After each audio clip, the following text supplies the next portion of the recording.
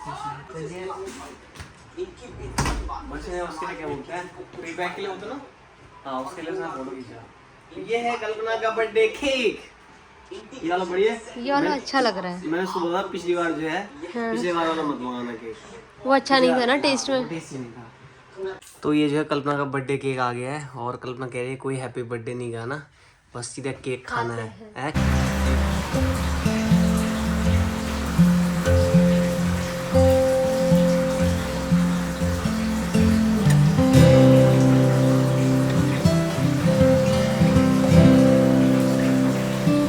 The next day. Hey guys, welcome back with another video। ओ भाई साहब यहाँ से जो मस्त हवा चल रही है ना, कसम से ये आज ये फेल हो रखा है इस बाहर की हवा के सामने। क्या मस्त हवा चल रही है। हाँ, मतलब यार थोड़ा सा उजाला आ जाता है सुबह सुबह, बस और कुछ नहीं है, पर लेकिन हवा इतनी प्यारी हवा चल रही है ना भाई, उठने का मन नहीं कर रहा है। अब क्लास है मेरी 10:30 बजे, बज रहे 9:30, तो अपन तैयार होते हैं। गाइस मैं तैयार हो चुका हूँ और जो है भगवान भोलेनाथ को प्रणाम करके हम चलते हैं काम की ओर। तो चले भाई, डेली जो है क्लास जाने से पहले मुझे ना गैस चेक करना होता है। मुझे ये गैस वाला फोबिया है भाई। एक बार मैं गलती से भूला हूँ गैस बंद करना, तब से मुझे जो है बहुत डर लगता है। मैं एक 2 3 4 बार चेक करता हूँ कि भाई गैस बंद हुआ कि नहीं हुआ। कल था कल्पना का बर्थडे और कल्पना ने कहा कि कोई भी हैप्पी बर्थडे वाला गाना नहीं गाना है, ना ही मोमबत्ती जलानी है, बस केक लाया है और उसे खाना है। क्योंकि उसने मतलब मेरे को बहुत टाइम से मन कर रहा है केक खाने का। पिछली बार जब मेरे बर्थडे में केक मंगाया था वो इतना कुछ खास आया नहीं।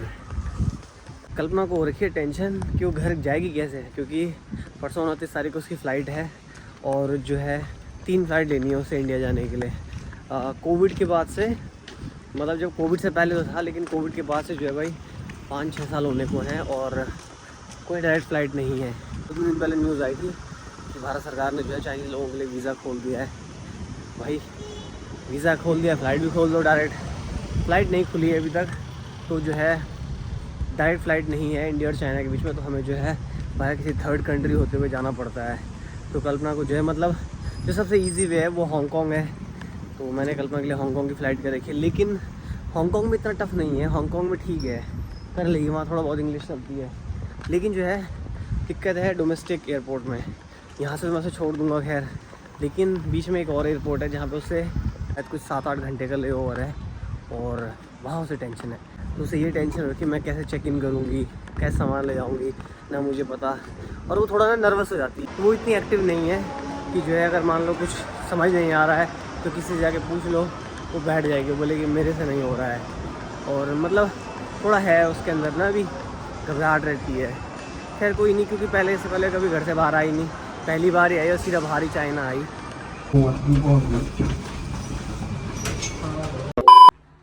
चल मोटू,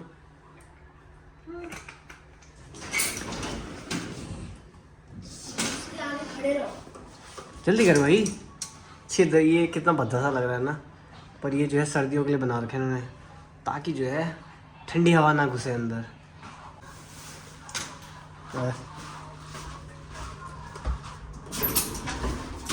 तो गाइस फिलहाल हम जो है अपनी बिल्डिंग के नीचे आए हैं और भाई यहाँ देखो कितना मस्त है, कमल के फूल है।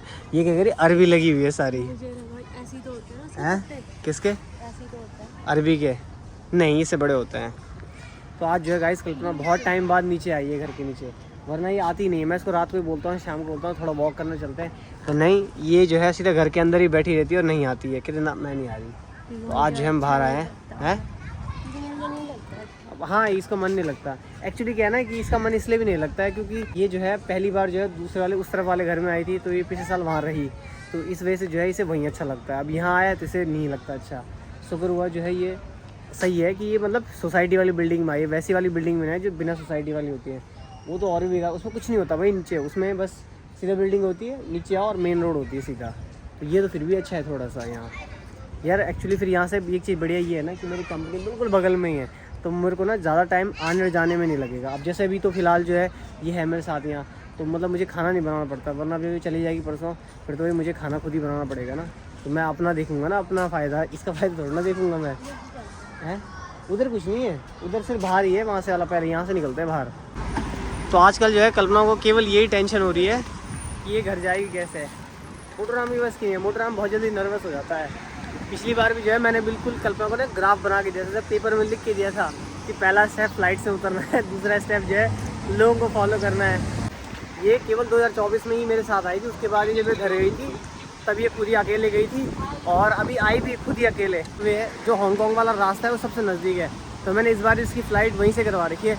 लेकिन इस बार नया एयरपोर्ट है कल्पना के लिए, कुनमिंग, तो वहाँ थोड़ा सा इसके लिए है, वहाँ मैं मतलब अभी पूछूंगा। तो मेरी एक मेंबर है जो एयरपोर्ट में जॉब करती है, मतलब उसकी ड्यूटी काफ़ी उसमें लगती रहती है, तो मैं उससे पूछूंगा भाई, क्योंकि अगर मैं खुद सर्च करूँगा ना तो चाइनीज़ में समझ नहीं आएगा, तो मैं उससे पूछूंगा तो इसको कुनमिंग से हांगकांग के लिए कैसे ट्रांसफ़र करना है। क्योंकि इससे जब ये आई थी उस टाइम भी मैंने पूछा था, उस टाइम मैंने पूछा था जिनान से और यहाँ इस सिटी के लिए शियांग के लिए कैसे ट्रांसफ़र करना है। ये पहली बार गई थी इस वाले एयरपोर्ट में, तो हर एयरपोर्ट थोड़ा अलग अलग है यहाँ पे ना, तो इस बार भी मैं पूछूंगा उससे कि भाई ये मतलब हांगकांग के लिए कैसे ट्रांसफ़र करेगी। इतना कब को ध्यान रखना पड़ता है भाई इसका। पिछली बार तो मुझे डर लग रहा था मैं कहीं खो ना जाए ये, अब गाइस इस बार भी ऐसे ही लग रहा है, डर बना रहेगा जब तक ये घर नहीं पहुँची, दिल्ली नहीं पहुँची। चाहिए 2 फ्लाइट के बीच में टाइम होना चाहिए, उसके बाद तो जो है मतलब एयरपोर्ट बहुत ईजी है, छोटा सा एयरपोर्ट होता है, कितना बड़ा थोड़ी ना होगा पूरे शहर बराबर, वही है। अगर आपकी 2 फ्लाइट के बीच में समय कम है फिर चांसेस है फ़्लाइट छूट सकती है। अगर आपको पता है कैसे कैसे जाना है तब तो दिक्कत नहीं है, तब तो 2 घंटे में सारा काम हो जाएगा। जैसे पिछली बार जब हम आए थे तो शंघाई से आए थे, तो जब हमारी फ़्लाइट वाया हनोई होते हुए वियतनाम होते हुए जब शंघाई पहुंची थी, हमारे पास 2 घंटे का टाइम था बस, तो हम जो है 30-35 मिनट में हमने सारा काम निपटा दिया था, क्योंकि हमें पता था शंघाई में कहाँ कहाँ जाना है। अगर कोई इसकी तरह हो जो नर्वस हो जाए तो उसके 2 घंटे बहुत कम है, तो इसलिए मैंने कल्पना के लिए मतलब 3 फ्लाइट हैं, हर 2 फ्लाइट के बीच में जो है कम से कम 4-4, 5-5 घंटे का गैप रखा है, ताकि आराम से मतलब अपना रीचेक इन बैग रीचेक इन वगैरह करा सके और अपना लगेज ले सके। तुम्हारा वीज़ा एक्सपायर हो गया कहाँ? दिल्ली में? इधर ना भैया को कॉल करी थी अब भैया तब तक आधे रास्ते चले गए, तब मैंने फिर ढूंढा, मैंने वो खुद ही, मैंने कहा ये क्या है, तब जाकर भैया को कॉल करी, मैंने कहा हो गया। उन्होंने इसका पुराना वीज़ा देख के जो है बोल दिया तुम्हारा मैडम तुम्हारा वीज़ा एक्सपायर है, हम तुम्हारा बोर्डिंग नहीं कर सकते हैं। और ये मतलब घबरा गई, ये भैया को बोला इसने और भैया ने मुझे फ़ोन किया, भैया ने मैसेज किया मुझे, मैं क्लास में था, भैया ने खूब सारे कॉल किए मुझे, मैसेज किए। हाँ मैं क्लास में कैसे उठाता भाई, क्लास में कैमरे लगे मैं नहीं उठा सकता कॉल, तो जो है फिर मैंने पूछा, मैंने कहा मैसेज में बोलो, तो मैंने कहा उसका वीज़ा ख़त्म हो गया। मैंने कहा वीज़ा ख़त्म हो गया, अभी जाने से पहले उसका वीज़ा लगाया था। मैंने उसको बोला भाई ढंग से चेक करो, उसने पुराना वाला वीज़ा देख लिया होगा। ये दिल्ली वाले ऐसे ही हैं यार, ये ना एयरपोर्ट में ऐसे ही करते हैं, ढंग से देखते तो है नहीं, बस ऐसी हवा में बस बोलते हैं। जब हम 2024 में भी जब हम आ रहे थे इधर चाइना आ रहे थे, तो उस टाइम पे भाई हाँ वो कराटे वाला तराजू लेके पहुंच गया भाई वहाँ पे, जहाँ पे मतलब जो गेट होता है ना, टनल का गेट होता है ना जहाँ से अंदर करना, वो वहाँ भी पहुँच गया वो कांटे वाला तराजू लेके कि चेक कर लो। मैंने कहा भाई यार तुम तो एयरपोर्ट को बस अड्डा बना रखा है पूरा का पूरा, मतलब ऐसा फील आ भी नहीं रहा कि हम इंटरनेशनल एयरपोर्ट में खड़े हैं।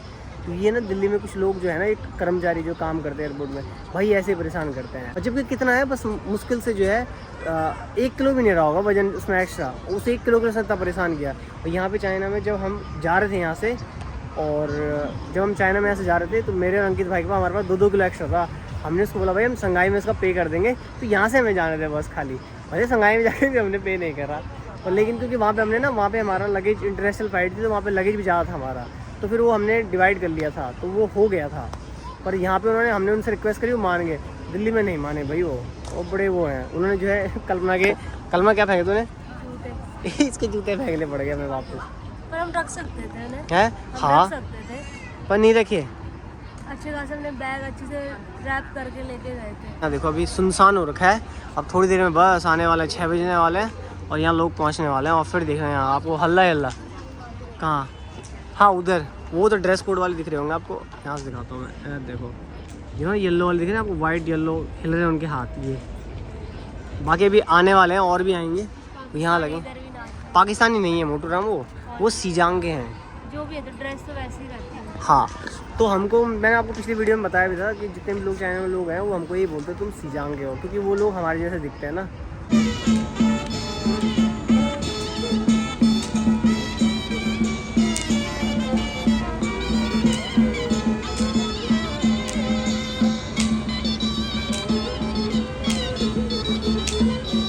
ये चूजों में बांध रखा है और ये इनके पास छड़ी है, और इससे इस छड़ी से जो है कहाँ गई छड़ी? हाँ ये सामने छड़ियाँ हैं, ये छड़ियाँ हैं, इसमें कुछ मैग्नेट लगा रखा है उन्होंने और ये चूजों में बांध रखा है। और उसके बाद जो है अभी दिखाऊंगा मैं आपको। है मैग्नेट भी ऐसे कांटे जैसा है ना? नहीं ये मैग्नेट ही बांध है, रखा है। मैग्नेट पे चिपक रहे हो।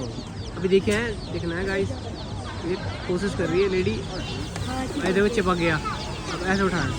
ये राम।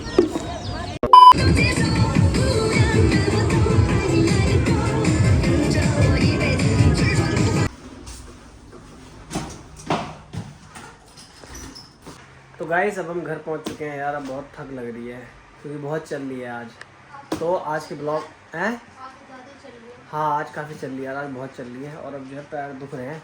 तो गाइस आज के ब्लॉग को करते हैं यहीं पे एंड और मिलते हैं आपसे कल के ब्लॉग में। तो तब तक के लिए बाय बाय।